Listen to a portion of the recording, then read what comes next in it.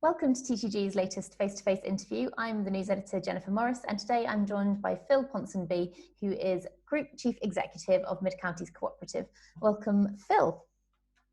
Phil, hello.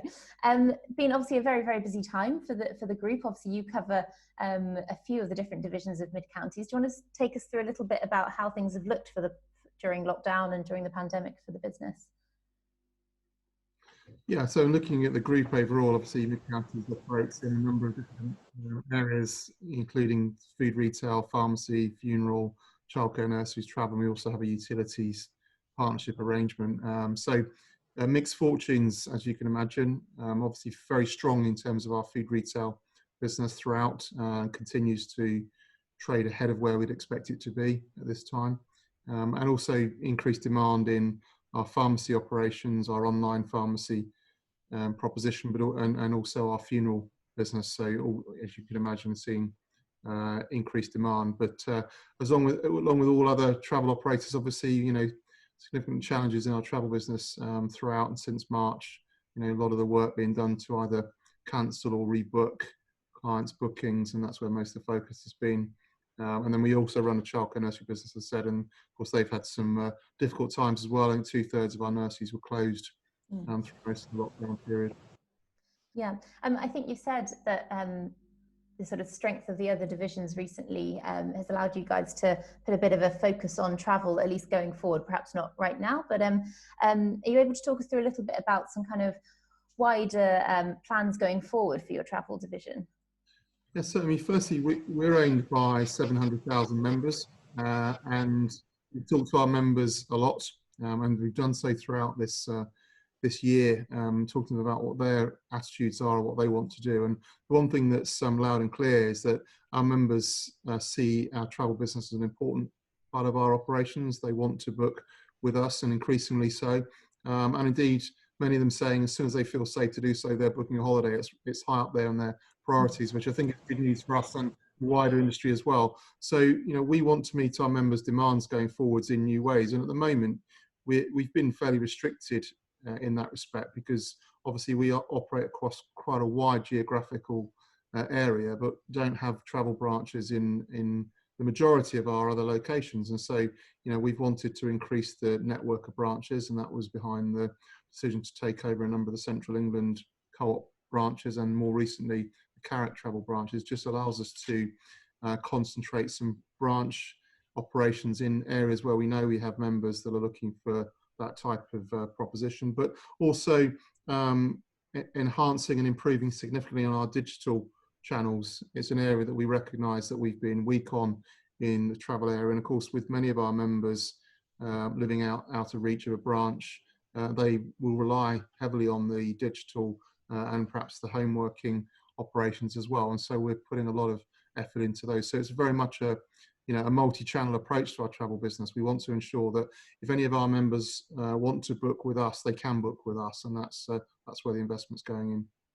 And do you currently offer sort of online booking? I know obviously that there's websites that can direct people to your huge network of different agents, but is kind of actually booking online, is that something that you guys do or would look to grow in the future? As I said, it's important for us that we can provide services to our members across the different channels, because they're not all living in reach of one of our branches, and so we have an online capability already, but it's not as good as we would like it to be. So we're investing significantly in that area.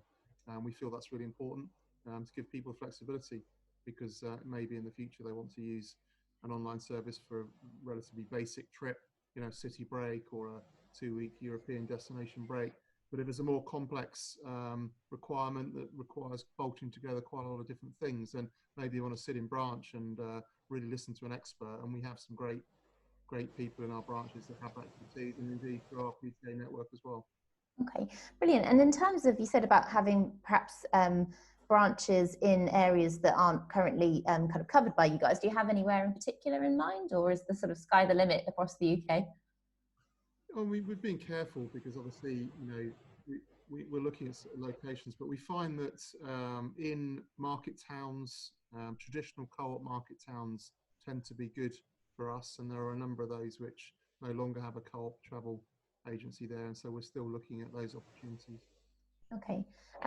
Could it perhaps be that you guys would identify destinations that had the sort of previous Thomas Cook co-op branches, obviously no longer there? Is that perhaps an opportunity? Well, yeah, absolutely. I think particularly where there's there's a latent demand for co-op as a brand that's trusted, and where co-op's got a good brand reputation, and there are segments of the population that still want to use an agency to book in, and therefore that they're obvious opportunities. But it's got to be the right opportunity. We're not in the numbers game per se. We're not going to go out, just adding numbers for the sake of it and paying over the odds on rents and things. So we're being careful with that. But yeah, there absolutely is. There is some opportunities in that respect.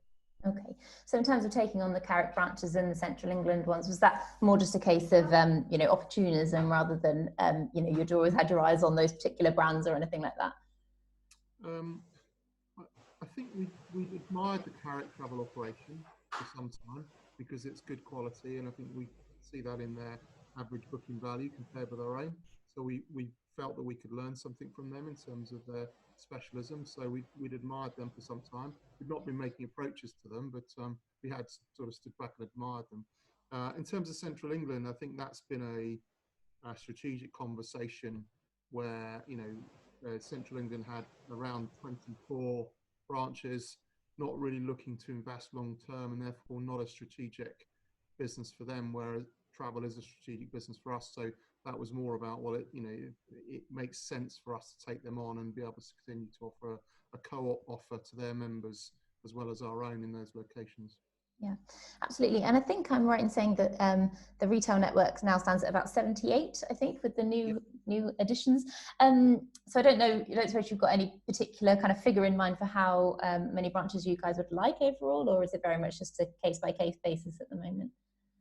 Yeah, as I said, we're not really in the numbers game. It's not, it's not really a target in terms of numbers. It's more about if there are opportunities in market towns or large villages even where we feel there's a co-op presence would benefit that community, then we'll look at it. Okay. Brilliant. And then in terms of sort of staffing, obviously Alistair Rowland left the business recently, who'd been there for a very long time, very well known in travel. Is his position something that you are looking to kind of directly replace, or is it something that might be split across a number of roles? Yeah, and Alistair has moved on, as you say, and he's still doing a bit for us. So I spoke to him this morning. So he's keeping his hand in a little bit, and we knew that we'd miss his experience and views quite quickly. So wanted to keep retain some sort of input from him, and that's been great for me personally.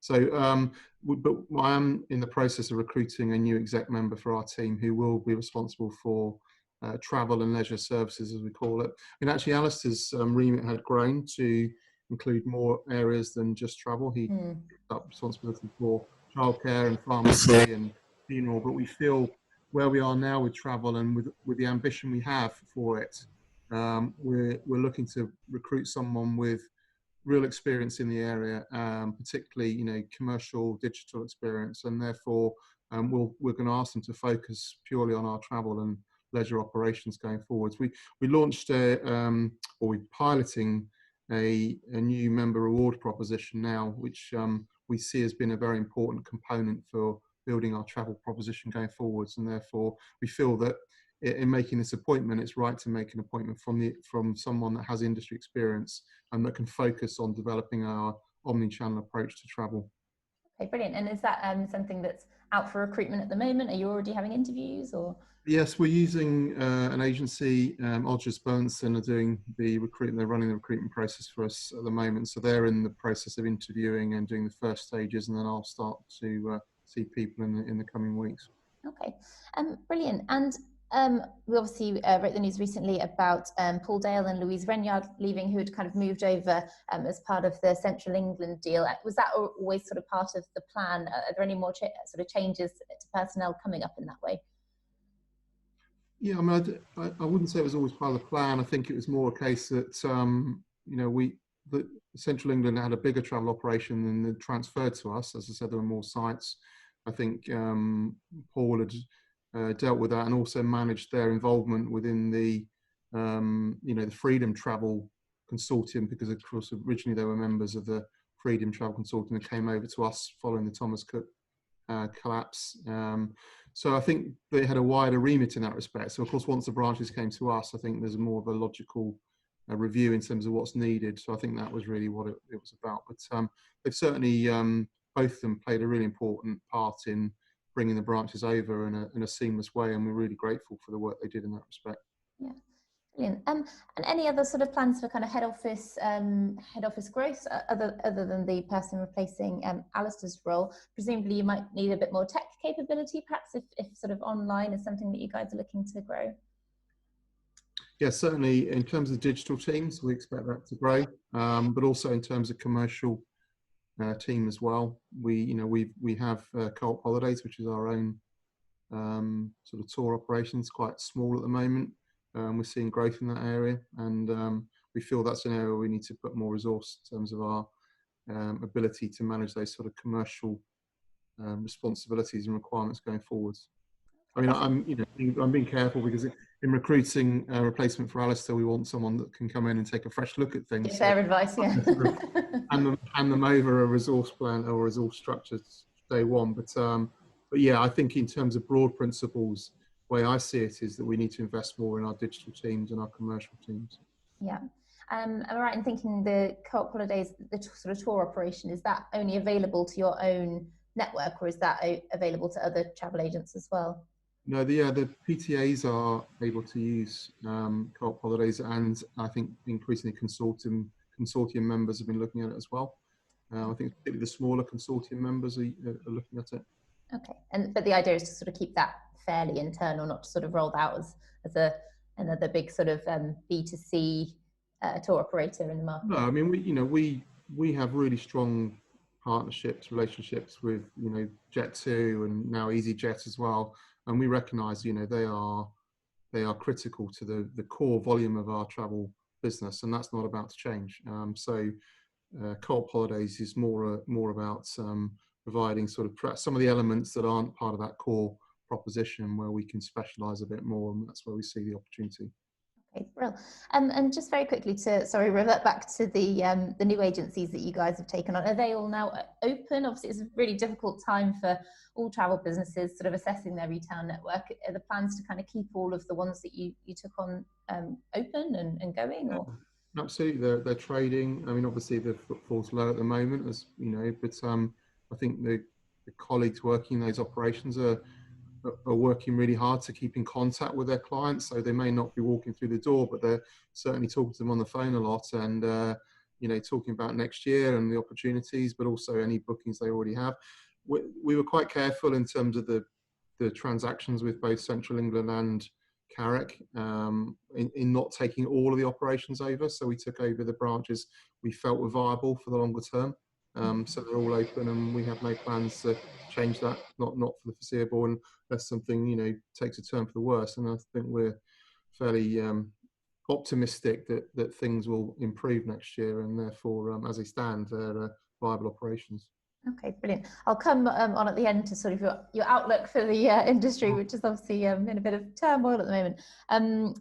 But beyond kind of bricks and mortar agencies, would the group consider any other kinds of acquisitions at all, just to sort of grow the overall group? I know there's been a lot of sort of, well, actually, so recently the activity has been sort of out of distressed acquisitions. I don't know if that's a specific target area for you guys. There's any capabilities that you'd look to bring in? Yeah, I mean, I wouldn't say we're actively on the acquisitions trail as far as branches. We probably prefer some organic growth. But that said, if opportunities come our way, then we'll look at them because we see the travel business as a strategic business for us. We want to grow it. We're clear about that, and therefore any opportunities for growth we would look at carefully. I think, and I also think, one of the things that we're quite clear about is the need to develop formats going forwards. I think we've been fairly one-dimensional in terms of our branch network in the past, and we feel there's a big opportunity to be more flexible and develop different types of formats that perhaps reflect the locations and the population a bit more than they have done in the past. And so maybe there's some specialist high-end agencies that are attractive to us. And certainly one of the reasons for taking on Carrick was we felt that they brought something to our operations that we didn't have, and a learning around the way they operate. And so, you know, we certainly would consider those type of opportunities probably more with more interest than perhaps some of just the mainstream agencies. Yeah, interesting. Okay. And how about home working? I've spoken to a lot of sort of travel leaders recently who have said that naturally that's become a big sort of growth area, not necessarily through planning, but just because their teams have had to suddenly adjust to this new way of working, and it's gone so well that they're perhaps looking at having more homework. So I think even TUI, when they announced their sort of closure of some of their retail premises, said that a lot of those staff would be retained to actually work from home. Is that something that you're kind of looking to grow, the home working divisions? Yeah, I mean, we have around 160 personal travel agents now who work from home. And that's been a good growth area for us. And we see that continuing to grow. It's on our plans to support the growth in the personal travel agents. But actually within our own retail network, you know, we were forced into creating a virtual call center back in March. And that worked for us, and we were able to ensure that our clients were able to get access easily and talk about their bookings, and that made a big difference to them. So I think it's certainly got a part to play. And I think when I talked about formats in branch networks and how you run them and the availability of people for clients, I think those things all are really important, and therefore, you know, we shouldn't be restricted by the traditional, you know, 9 till 5 opening hours of a branch. We want to really open that up. So that sort of omni-channel approach I was saying at the start, that if there are opportunities to interact with a branch one day, but then a home worker the next, and particularly a specialist home worker, you know, one of the things I think we feel we could do better at is building our knowledge bank. So understanding who the experts are across our wider portfolio of businesses and using them to actually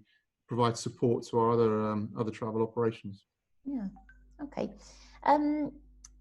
Brilliant. And I suppose, yeah, I can't really speak to somebody as important as yourself without sort of asking you a little bit about the wider industry, unless first there's anything else you wanted to talk about to do with the group specifically in your plans. No, that's fine. I think we've covered it. Okay, so in terms of outlook, obviously extremely difficult time. We're seeing travel agencies close, we're seeing tour operators close. We're going to be looking at a very different travel industry, I expect, next year. So what are your kind of expectations, and in what ways do you think your business can kind of adapt to, you know, the kind of new normal, for want of a better phrase? Yeah, well, certainly I think, you know, that whilst the market may be in turmoil at the moment, it's not broken. It's not fundamentally broken, and that's really important when we look at it in terms of, you know, do we believe the demand will be there once it's safe to be there, and once people feel confident to travel? Yes, we do, and we believe it'll be there in abundance because it'll be high on the priority of individuals. And certainly that's from the research we've done with our own membership.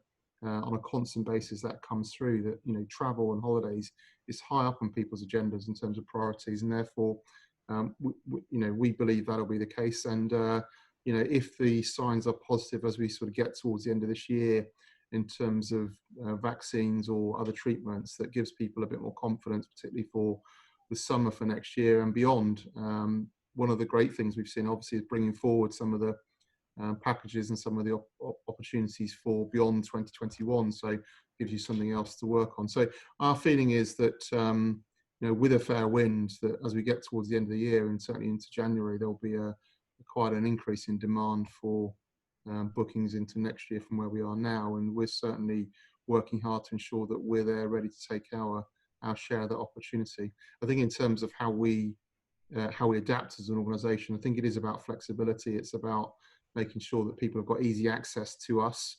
And that's why I said we're investing in digital channels, but also the home workers, so they're not restricted by access. But also, you know, using our brand, because Co-op's been around for 180 years. We hope, therefore, that people trust us as a brand. We're not going anywhere.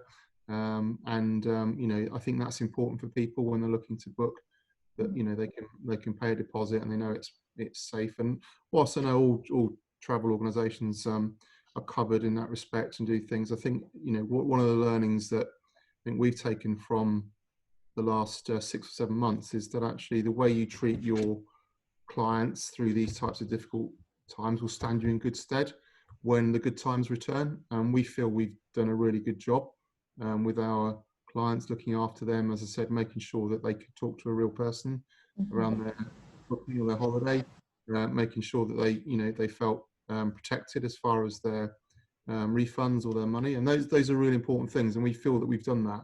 And we think that'll stand us in good stead for next year.